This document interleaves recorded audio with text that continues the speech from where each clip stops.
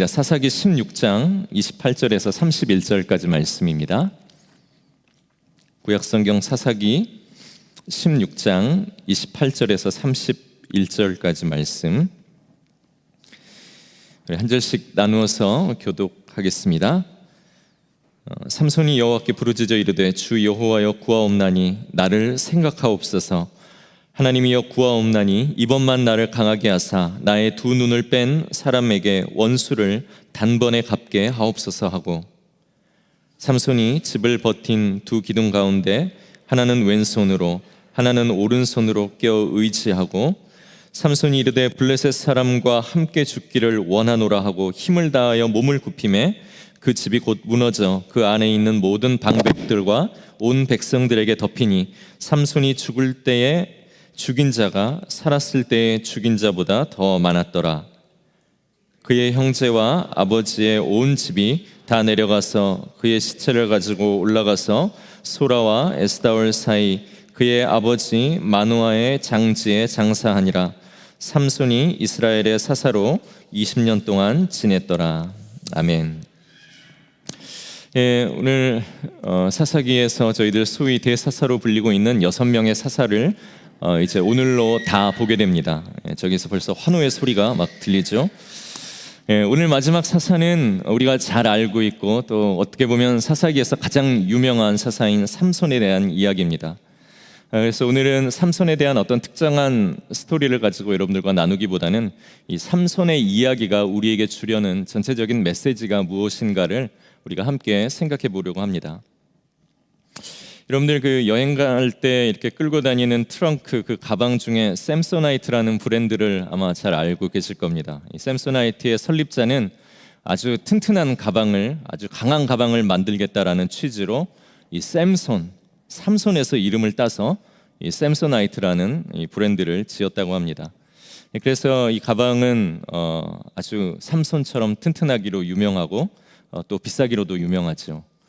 저희도 이 결혼식 때 받은 이 샘소나이트 가방이 아직도 가지고 다닐 정도로 아주 단단해서 이 브랜드가 참 믿을만하다라고 이렇게 생각하고 있습니다.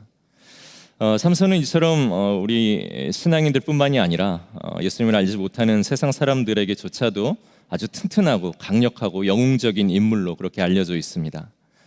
이 삼손의 이야기는 이 사사기 전체에서 보면 후반부에 배치가 되어 있는데요, 이것은 사사 시대가 이제 거의 끝나가는 시점이다라는 것을 보여주고 있습니다. 그리고 또 이 삼손이 등장하는 이 시대는 사사 시대가 이제 거의 마무리 단계에 이르는 시기이기도 하지만, 또한 이스라엘의 신앙적인 영적인 상황을 봤을 때에는 그들의 상태가 아주 오랜 기간 병들어서 이제 거의 불신앙에 가깝게 된 상황이다라고, 이렇게 삼손이 나오는 이 시대의 배경을 이해할 수 있을 겁니다. 그래서 이런 영적인 암흑기는 이 시대 그 삼손의 이야기에서 아주 독특한 특징을 하나 만들어냅니다. 그것은 무엇이냐면, 삼손이 등장하는 이 모습이 그동안 사사들이 등장했던 모습과 조금 다르다는 것입니다. 쉽게 말해 이런 겁니다. 그동안의 사사들이 이제 전면의 역사 가운데 등장할 때에는 어떻습니까? 대적들이 너무 괴롭히니까, 너무나도 괴롭게 하니까 견디기 힘들어서 이스라엘 백성들이 하나님 앞에 간절히 부르짖습니다. 하나님, 우리를 제발 구원해 주십시오, 우리를 제발 좀 살려주십시오 하고 하나님께 부르짖을 때에 하나님께서는 그 부르짖음을 듣고 이스라엘의 사사를 일으켜 세우시고 그들을 구원하십니다. 그런데 이 삼손의 이야기를 보면요, 이스라엘의 부르짖음이 없습니다. 이스라엘 백성들이 힘들다고, 도저히 못 살겠다고, 견디기 어렵다고, 그래서 하나님의 구원이 필요하다라는 이런 그 뻔하지만 너무나도 중요한 과정이 이 삼손의 이야기에는 빠져 있다라는 것을 우리는 볼 수 있습니다. 이것이 무슨 의미일까요?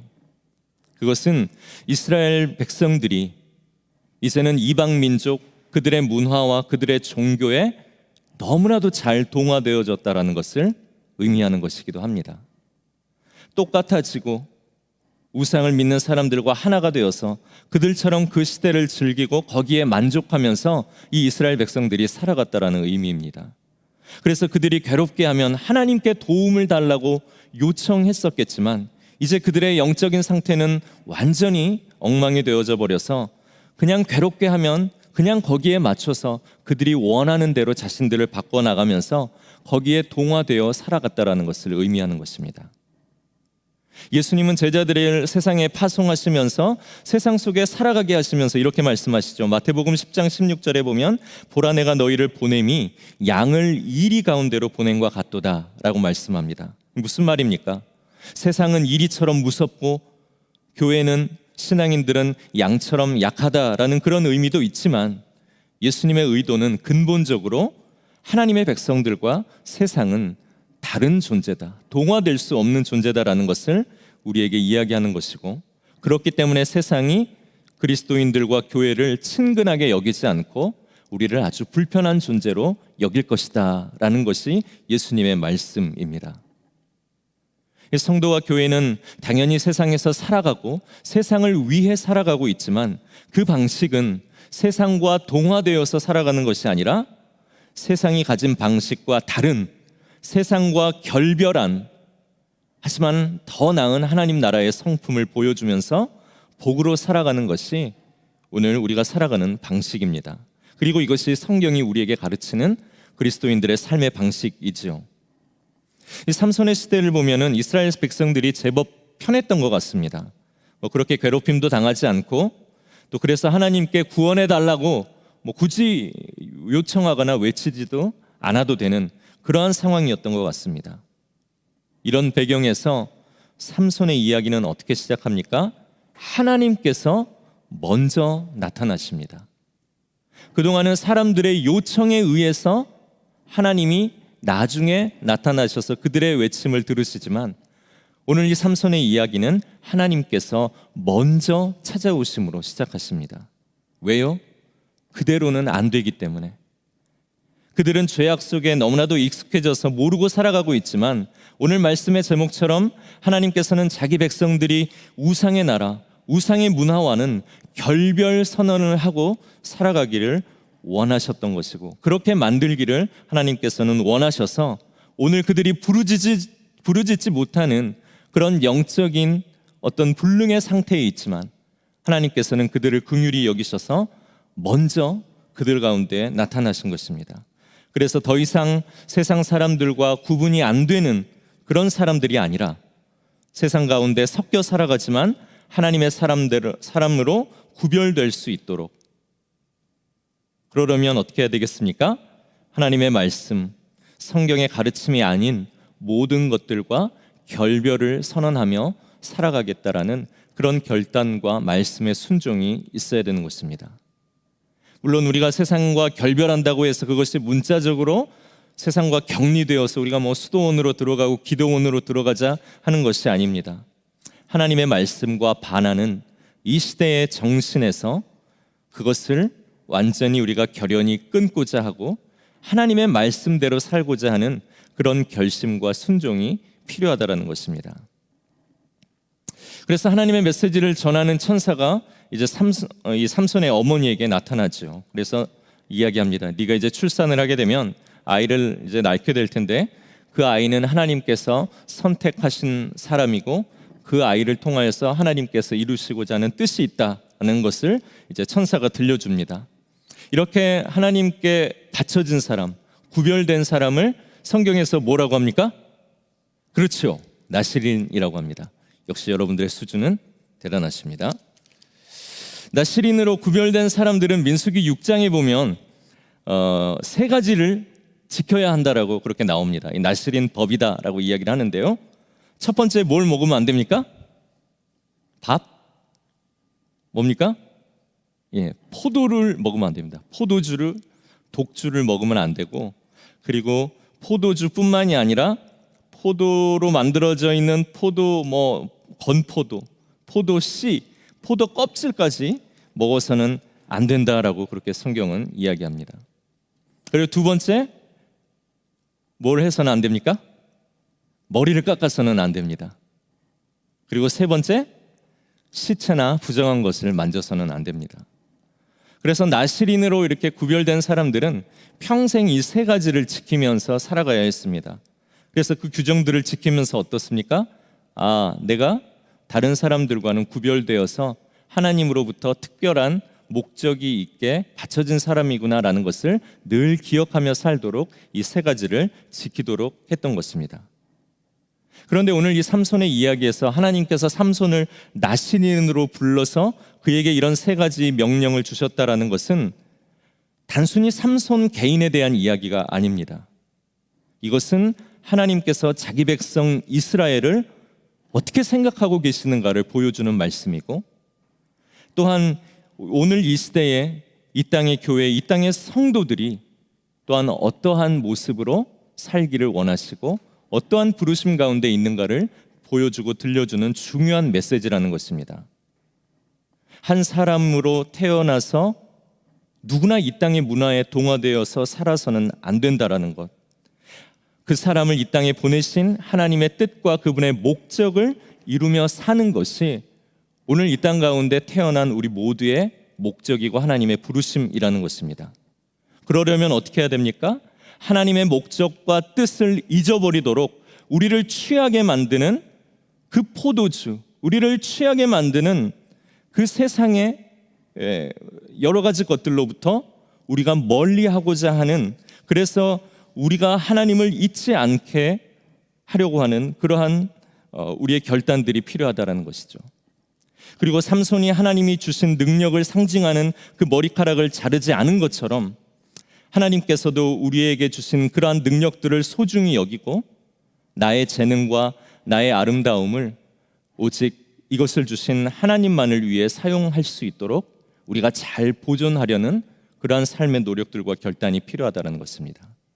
그리고 부정한 시체를 만지지 못하게 한 것처럼 우리를 죽음으로 몰고 갈 수 있는 죄의 유혹들과 세상의 즐거움의 유혹들을 우리가 만지지 않고 가까이 가지 않으려고 노력하면서 성령께서 늘 우리를 지켜 구원의 길에서 낙오되지 않도록 늘 그분의 인도하심을 말씀을 통해 얻어야 하는 것, 이것이 바로 오늘 이 나시린인 삼손을 통해 우리에게 주시려는 메시지라는 것입니다. 그래서 이렇게 우리가 하나님께로부터 구별되어 이 땅 가운데 태어나 살아가는 존재라는 것을 우리가 인식하고, 그래서 우리가 부르는 노래가 다르고 내게 주신 능력을 사용하는 방식이 다르고 또 세상에 즐겁다라고 하고 유익하다라고 하는 그러한 모든 유혹들을 우리가 가까이 하지 않으려는 그러한 삶의 태도를 통해서 오직 우리를 부르신 하나님이 오늘 나를 통해 무슨 일을 이루시기를 원하신가 하는 그 목적을 늘 생각하며 하나님의 일에 쓰임받는 자들로 살아가야 한다는 것입니다. 그래서 오늘 이 삼손의 이야기는, 그를 사사로 부르시고 나시린으로 불렀다라는 이 이야기는 삼손에게 개인적으로 해당되는 이야기가 아니라 하나님의 선택을 받은 이스라엘이 어떻게 살아야 했고 또 이 시대 구원받고 예수님의 제자로 부름받은 우리와 교회가 또한 어떠한 모습으로 살아야 되는가 하는 것을 보여주는 그러한 메시지가 담겨 있다는 것입니다. 그래서 이 시대에 잘 동화되는 것이 아니라 매일 하나님의 편에 서기 위해서 우리를 죄의 유혹으로 빠뜨리게 하는 것, 또한 우리에게 주신 재능을 우리의 욕심과 우리의 욕망을 위해 사용하려고 하는 그러한 유혹들, 또 우리를 죽음으로 몰고 가는 여러 가지 많은 죄의 유혹들로부터 우리는 매일 아침 결별을 선언하면서 하나님이 우리에게 원하시는 삶의 모습, 그것이 무엇인가에 더 집중하고 주님이 기뻐하시는 모습으로 우리가 어떻게 살 것인가 늘 말씀을 통해 성령으로부터 배우고 그대로 살아갈 수 있도록 하는 것, 이것이 바로 또한 이 시대의 나시린으로 부른 우리 각자에게 부여된 또 삶의 목적이고 하나님의 뜻이라는 것입니다. 그러나 오늘 우리가 잘 아는 것처럼 삼손은 이 하나님의 부르심을, 이 하나님의 명령을 개의치 않았습니다. 그래서 포도나무가 막 심겨진 그 포도밭이 있는 길로 그는 막 지나갔습니다. 자기 자신을 유혹에 이끌리도록 그냥 방치하고 그렇게 살았습니다. 그리고 그 사자가 그 포도밭 앞에서 만난 사자를 어떻게 합니까? 하나님의 영이 임해서 그의 힘으로 그를, 이 사자를 찢어 죽이죠. 그리고 그 사자의 죽은 시체를 만져서도 안 되는데 오늘 그 시체에 벌들이 모아놓은 꿀을 아무렇지 않게 먹으면서 자신을 부정하게 만드는 그러한 일에도 개의치 않았습니다. 그리고 어떻습니까? 자기의 성적 욕망을 따라 그것을 채우며 살아가다가 결국 하나님이 주신 능력인 이 자기의 머리를 깎도록 내버려 두면서 하나님이 주신 모든 능력을 이 삼손은 다 잃어버리고 마는 그런 안타까운 상황 가운데로 빠져들게 됩니다. 결국 하나님이 사용하시고자 하시는 그의 인생에 대한 목적을 개의치 않고 살아갔던 이 삼손, 그래서 하나님의 명령을 아무렇지도 않게 생각하면서 살았던 이 삼손에게서 하나님의 영광이 떠나버리죠. 그래서 하나님께서 그에게 힘을 주시고 하나님이 그와 함께 계셨을 때 그에게 있는 엄청난 힘을 통해서 그는 대적들인 블레셋을 물리치면서 그렇게 하나님을 위해 선한 용도로 사용이 되었지만, 하나님이 떠난 후에 이 삼손의 힘은 사라지고 말고 그는 블레셋 사람들에게 붙잡혀서 두 눈이 뽑힌 채로 그들에게 재롱을 부려야 하는 이런 비참한 신세로 몰락하게 되었습니다. 그래서 삼손은 이제 그제야 모든 것을 깨닫게 되죠. 나에게 주신 이 엄청난 힘은 내 것이 아니구나. 내 힘은 내 머리카락에 있는 것이 아니었구나. 내 힘은 어디에 있었는가? 하나님의 말씀에 순종할 때 주어지는 그 거룩함에 있었구나라는 것을 이 삼손은 그제야 알게 됩니다. 그래서 동화되어 살아가는 것이 아니라 하나님의 백성으로 모든 악함과 우상들로부터 결별을 선언하면서 거룩한 사람으로 살아갈 때 하나님께서 주신 능력 때문에 내가 이러한 힘과 또 하나님 앞에서의 능력을 덧입고 살 수 있었구나라는 것을 이 삼손은 모든 것을 잃고 난 후에야 깨닫게 되었다라는 것입니다. 오늘 본문이 등장하는 이 내용의 앞을 보면 어떻습니까? 블레셋 사람들이 옥에 갇힌 삼손을 이끌어냅니다. 그리고 자기들을 못살게 굴었던 이 삼손에게 이제는 자기들 앞에서 이 재롱을 부리도록 그렇게 했습니다. 이 블레셋에게 너무나도 위협적인 존재였던 삼손을 잡아다가 두 눈을 다 뽑아버리고 이제는 그를 마음대로 끌고 나와서 아무런 힘이 없는 그에게 자기들을 위해서 무언가 재롱을 부리도록 하는 이 삼손의 모습은 너무나도 비참한 모습이고, 이것은 또한 하나님께서 하나님을 떠난 이스라엘 백성들이 결국 어떠한 모습으로 비참한 가운데 있게 될 것인가 하는 것을 보여주는 모습이기도 합니다. 거룩함을 잃어버리고 여기저기 우상에게 끌려다니면서 앞을 보지 못하는 이스라엘의 모습이 바로 오늘 이 삼손의 모습이고, 또한 이 시대를 살아가면서 하나님을 믿는다라고 하고 하나님의 자녀 되었다라고 하지만 여전히 우리는 하나님께서 우리에게 명령하신 그 거룩함을 개의치 않고 하나님이 원하시는 모습이 아니라 우리가 원하는 모습들로 마음대로 살아가면 결국 우리의 마지막도 어떠한 모습이 될 것인가에 대해 우리로 하여금 경계하게 하는 그러한 말씀이라는 것입니다. 그래서 삼손은 이제 모든 것을 잃고 난 후에 자기 인생의 처음으로 제대로 된 기도를 드리게 됩니다. 그것이 오늘 본문 28절에 나온 말씀입니다. 오늘 우리 28절의 말씀을 함께 다 같이 한 목소리로 읽어볼까요? 함께 읽겠습니다. 시작. 삼손이 여호와께 부르짖어 이르되 나를 생각하옵소서. 하나님이여 구하옵나니 이번만 나를 강하게 하사 나의 두 눈을 뺀 블레셋 사람에게 원수를 단번에 갚게 하옵소서 하고, 삼손이 여호와께 부르짖어 이르되라고 나옵니다. 삼손이 드디어 부르짖습니다. 모든 것을 다 잃어버리고 하나님의 영광이 다 떠나가고 결국 모든 것을 잃고 난 후에지만 결국 그 자리에서 그는 하나님을 발견하고 하나님께 부르짖게 됩니다. 그러면서 하는 말이 무엇입니까? 나를 생각하옵소서. 삼손은 죄인의 회개를 들으시는 하나님의 긍휼을 의지했습니다. 하나님, 제가 지금 부족한 모습이지만 처음 하나님께서 나를 부르셨던, 그리고 나를 부르셔서 나에게 가졌던 그 꿈을 하나님 기억해 주십시오. 지금 나는 형편없지만 하나님 나를 생각해 주십시오 하면서 하나님의 긍휼을 의지하여서 오늘 죄인이 하나님 앞에 회개하는 이러한 모습을 우리에게 보여줍니다. 나를 생각하옵소서. 하나님이 나를 기억하시지 않으셔도, 나를 생각하지 않아 주셔도 나는 어쩔 수 없지만 하나님, 이제 내가 알았습니다. 하나님의 은혜 밖에는, 하나님을 향한 그 거룩한 삶 밖에는 나에게 능력이 없었다는 것을 내가 이제 깨달아서 주님을 부릅니다. 그러니 이번에 제발 나를 생각하여 주옵소서 하고 드디어 이 삼손은 하나님 앞에 제대로 된 간절한 기도를 드리고 있습니다. 그리고 뭐라고 부르짖습니까? 이번만 나를 강하게 하사 하고 부르짖습니다. 자기의 강함이 그동안 자기에게 있는 줄 알았습니다. 자기의 강함이 그저 이런 머리카락 하나를 잘 지키는 것으로 이루어지는 줄 알았습니다. 그런데 머리가 다 깎이고 난 후에 머리가 자랐지만 그 하나님의 영광이 떠난 그에게 다시 힘과 능력이 생기지 않았습니다.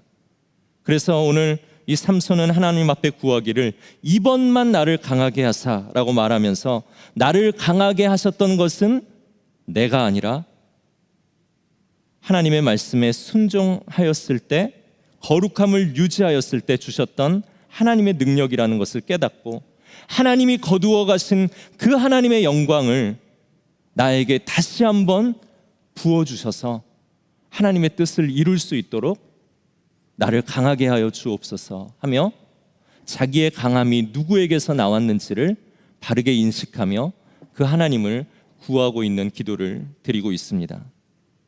그리고 어떻습니까? 블레셋 사람들이 모여있는 그 집안에 있는 두 기둥을 두 팔로 껴안고 있는 힘을 다하여 몸을 굽혔더니 어떤 일이 일어납니까? 30절의 말씀이죠. 30절 말씀을 함께 읽겠습니다. 시작. 삼손이 이르되 블레셋 사람과 함께 죽기를 원하노라 하고 힘을 다하여 몸을 굽히매 그 집이 곧 무너져 그 안에 있는 모든 방백들과 온 백성에게 덮이니 삼손이 죽을 때에 죽인 자가 살았을 때에 죽인 자보다 더욱 많았더라. 하나님께서는 자기의 죄를 깨닫고 하나님의 긍휼을 의지하면서, 하나님, 나를 생각해 주십시오. 내 인생이 지금은 엉망진창이고 하나님을 떠나 있지만, 하나님 처음 나를 창조하셨고 나를 부르셨을 때 하나님이 꾸셨던 그 꿈을 하나님 기억하사 나를 생각해 주십시오 하고 간절히 자기의 잘못을 하나님 앞에 부르짖으며 하나님의 긍휼을 요청하고 있습니다. 그리고 나에게 주어졌던 그 힘과 능력이 나에게서 온 줄 알았는데, 거룩함을 살아냈던 한 사람에게 주시는 하나님의 은혜였다라는 것을 삼손이 깨닫고, 주님, 떠나버린 그 영광을 다시 한번 회개하는 나에게 부어주사 이번만 하나님 강하게 해주십시오. 하나님만이 강하게 해주실 수 있으니 하나님이 이번엔 나를 강하게 해주십시오라고 그렇게 기도하는 삼손에게 하나님께서는 그의 기도를 들으시고 떠나갔던 하나님의 영을 그에게 다시 한번 부어주사 그로 하여금 마지막 순간에 하나님의 놀라운 일을 보여주는 그러한 삶으로, 또한 그러한 죽음으로 그의 인생을 마감하게 하셨습니다. 이 얼마 전에 돌아가신 이 팀 켈러 목사님은 삼손의 이 마지막 모습을 이렇게 평가하고 있습니다. 마지막 사사 삼손, 위대한 패배로 구원하다. 위대한 패배로 구원하다.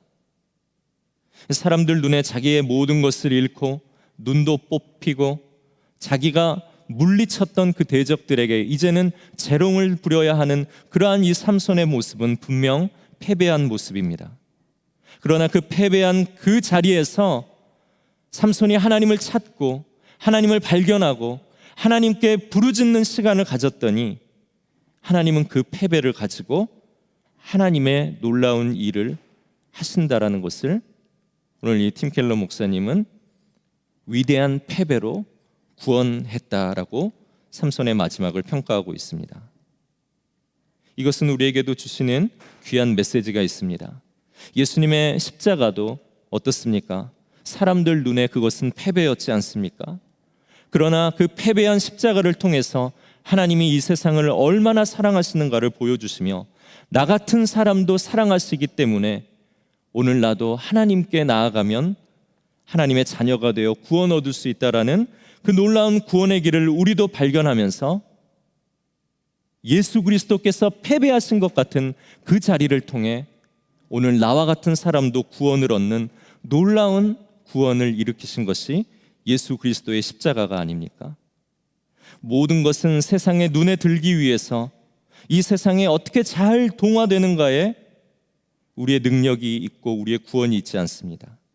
오히려 우리의 패배에도 그 패배를 위대하게 사용하셔서 구원을 이루시는 하나님의 편에 설 수만 있다라면 오늘 우리는 하나님에게 쓰임받을 수 있고 하나님은 연약한 우리를 통해 또 우리 교회를 통해 놀라운 일들을 행하실 수 있는 능력의 주님이 되시는 것입니다. 그렇기 때문에 우리가 해야 할 것은 무엇입니까? 어떻게 하면 우리 교회가 이 세상의 사람들의 눈높이에 잘 맞춰질 수 있을까? 어떻게 나는 직장에서 아니면 내가 만나는 사람들에게 잘 동화되어서 그들의 마음에 합할까라는 것을 생각하기 이전에 이 시대 우리를 두르고 있는 죄와 날마다 매일매일 결별을 선언하는 기도가 우리의 입술 가운데서 항상 있을 수 있어야 된다는 것입니다. 그런데 우리는 어떻습니까? 솔직히 너무 무섭습니다.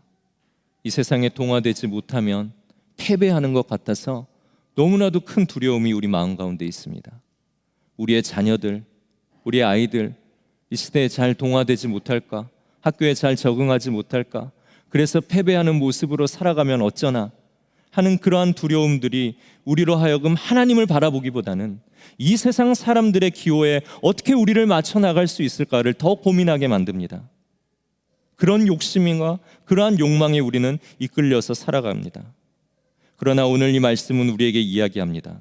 세상에 동화되고 세상의 눈높이에 맞추고 그들의 기준과 그들의 소리를 듣는 것이 우리의 힘이 아니라 패배의 자리에서도 위대한 승리를 일으키실 수 있는 하나님을 향한 우리의 사랑과 우리의 순종이 오늘 우리의 힘이다라고 오늘 이 삼손의 이야기는 우리에게 들려주는 것입니다. 오늘 우리가 그래서 살아내야 하고 우리가 자녀들에게 가르쳐야 하고 오늘 우리 함께 모여있는 우리 서로에게 보여주어야 할 모습은 우리가 이 시대의 기준과 이 시대의 가치관을 따라 살아가되 그 안에서 어떻게 우리가 죄와 결별하는가를 보여줄 수 있고 가르쳐야 한다는 것입니다. 죄와 결별하고 죄를 따르지 않는 모습으로 살아가는 유일한 한 가지 방법은 무엇입니까?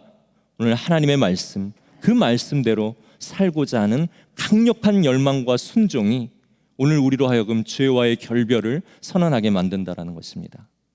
복 있는 사람은 악인의 길을 따르지 않고 죄인의 길에 서지 않는 하나님께서 우리에게 알려주신 그 독특한 주의 말씀을 따름으로 세상을 따르지 않는 이 방식을 우리에게 알려주심으로 우리로 하여금 어떻게 이 세상의 죄와 결별할 수 있는가를 우리에게 들려주셨습니다.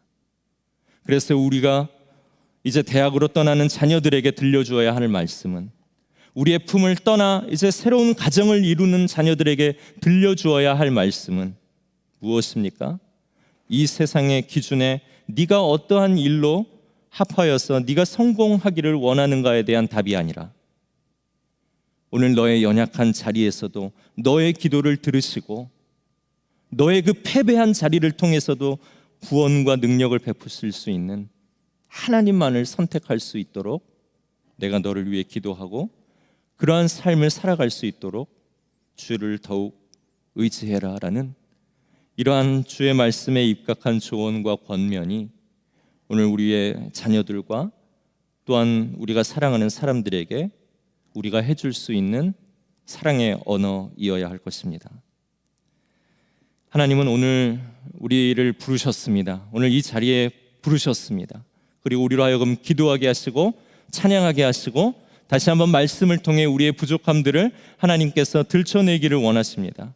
그래서 우리가 익숙하느라 우리가 깨닫지 못했던 부분, 우리가 정말 편안하고 평안하다라고 이야기하지만 그것이 하나님 때문에 오는 평안이 아니라 이 세상과 너무나도 닮아 있고 동화되어 있기 때문에 우리가 느끼지 못하는 평안이 아닌가라는 것을 하나님께서는 오늘도 들추어내기를 원하신다는 것입니다. 그래서 오늘 우리에게 이 자리에 불러 다시 한번 결단을 요구하시는 것입니다. 사랑하는 우리 버지니아 펠로우십 모든 성도들, 그리고 하나님의 자녀된 저와 여러분들은 오늘 죄와 결별하기로 날마다 선언하며 그 삶을 결단하며 하나님 앞에 기도하고 있는지, 세상 사람들 눈에 보기에 패배한 자리 같고 실패한 자리 같지만 정말도 그것이 하나님도 그렇게 생각하시는 생각인가를 다시 한번 깊이 생각하면서 정말로 하나님께는 패배하지 않는 인생 되게 해주십시오. 세상 사람들 눈에 아름답지 못하다 할지라도 하나님 눈에 아름다운 사람 되게 해주십시오. 날마다 죄와의 결별을 선언하며 하나님의 그늘 아래 서게 해주십시오. 주의 도를 버리고 헛된 꿈을 쫓는 우리를 되지 않게 해주십시오. 하나님의 긍휼로 오늘 나의 삶의 자리는 부끄럽지만 다시 한번 우리를 은혜로 덮어주시고 성령의 이끌림대로 살아갈 수 있도록 세상의 욕망에 취하지 않고 죄의 더러움에 가까이 하지 않고 하나님이 우리에게 주신 모든 재능과 우리의 시간과 우리의 능력을 가지고 하나님을 위해 사용하며 이 땅을 하나님 나라로 일구어 가는데 조금이라도 우리의 인생이 사용될 수 있도록 주님 그렇게 우리를 주의 도구 삼아 주십시오 하는 이러한 기도가 있을 때에 오늘 하나님은 하나님께서 하시고자 하시는 승리를 우리와 우리의 교회를 통해 이루어 가실 줄 믿습니다.